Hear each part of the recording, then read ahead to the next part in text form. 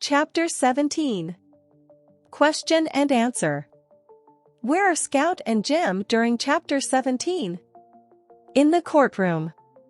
Who is Scout asking about when she mentions those the Yules? The Yule family sitting in the courtroom. Who is testifying when the chapter opens? Mr. Heck Tate, the sheriff. How is Mr. Tate dressed for the court proceedings? In a business suit. What effect does Mr. Tate's attire have on Scout? It makes him look less intimidating. What was Mr. Tate's usual attire that made him look different? High boots, a lumber jacket, and a bullet-studded belt. What is Mr. Tate's demeanor while listening to the circuit solicitor? Attentive.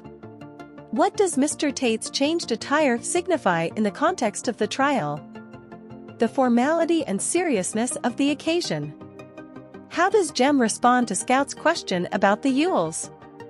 He tells her to hush because the trial is ongoing.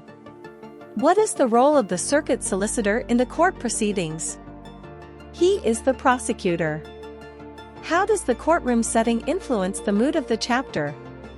It adds a sense of gravity and tension to the narrative.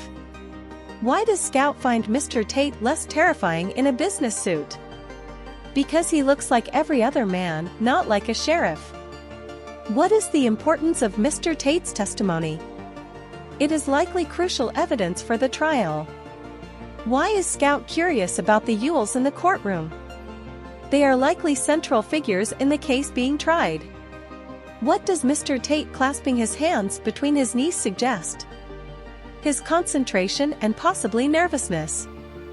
How is the theme of judgment reflected in this courtroom scene? Through the character's appearance and the seriousness of the trial. Why might Jem want Scout to be quiet during the testimony?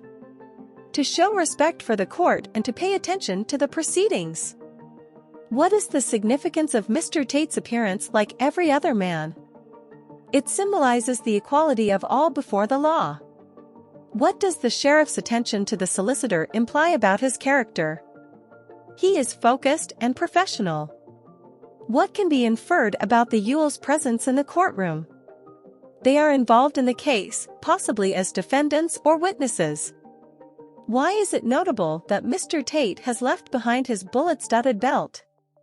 It underscores the civil nature of the courtroom versus his usual law enforcement role.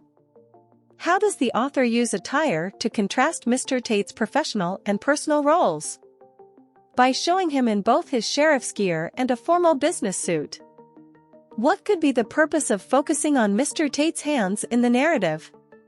To depict his body language, which conveys his attitude during the testimony. How does the courthouse setting serve as a backdrop for the story's themes? It represents the law and societal norms that are central to the story's conflicts. What might Scout's observation about Mr. Tate's attire reveal about her perceptions?